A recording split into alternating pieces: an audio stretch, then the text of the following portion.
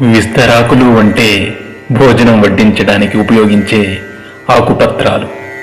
విస్తరాకును భోజనం తినే ముందు శుభ్రంగా ఉంచుకుని నమస్కారం చేసుకుంటాం. భోజనం తినే వరకు విస్తరాకుకు మట్టి కూడా అంటకుండా చాలా జాగ్రత్తగా చూసుకుంటాం. ఆహార పదార్థాలు వడ్డించుకుని చక్కగా తింటాం.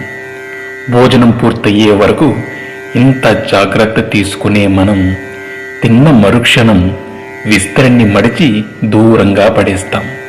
అదే విధంగా మనిషి జీవితం కూడా అంతే. బ్రతికి ఉన్నప్పుడు మనిషి ఎంత గొప్పవాడైనా, ఎంత గొప్పగా బ్రతికినా ఊపిరిపోగానే ఊరి బయట పారేసి వస్తాం. విస్తరాకు భోజనం తరువాత దానిని పారేసినప్పుడు కూడా సంతోషపడుతుంది. ఎందుకంటే పోయే ముందు ఒకరి ఆకలి తీర్చినందుకు సంతృప్తి పడుతుందట.